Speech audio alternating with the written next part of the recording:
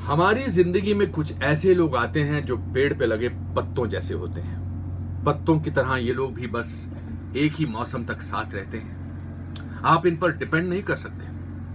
जरा सी तेज हवा चली, ये लोग आपका साथ छोड़ देते हैं। आप इनसे नाराज भी नहीं हो सकते, क्योंकि यही तो इन लोगों की फितरत है। कुछ लोग हमारी जिंदगी में आते हैं जो पेड़ की शाखाओं यानी ब्रांचेस की तरह होते हैं। वो पत्तों से ज्यादा मजबूत होते हैं।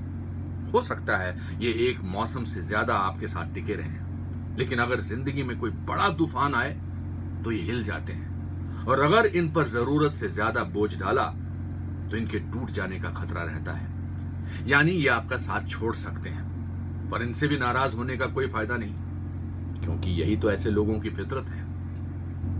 और अगर आपकी जिंदगी में कुछ ऐसे लोग मिल जाएं जो एक पेड़ की जड़ की तरह, रूट्स की तरह होते हैं, तो आप खुशकिस्मत हैं, लकी हैं। ऐसे लोग पेड़ की जड़ की तरह दिखाई नहीं देते, पर आपको मजबूत बनाए रखने में इनका बहुत बड़ा हाथ होता है। ये दुनिया को अपने होने का एहसास तक नहीं कराते, पर आपको जिंदगी से जूझने की पूरी ताकत ऐसे लोगों से मिलती है।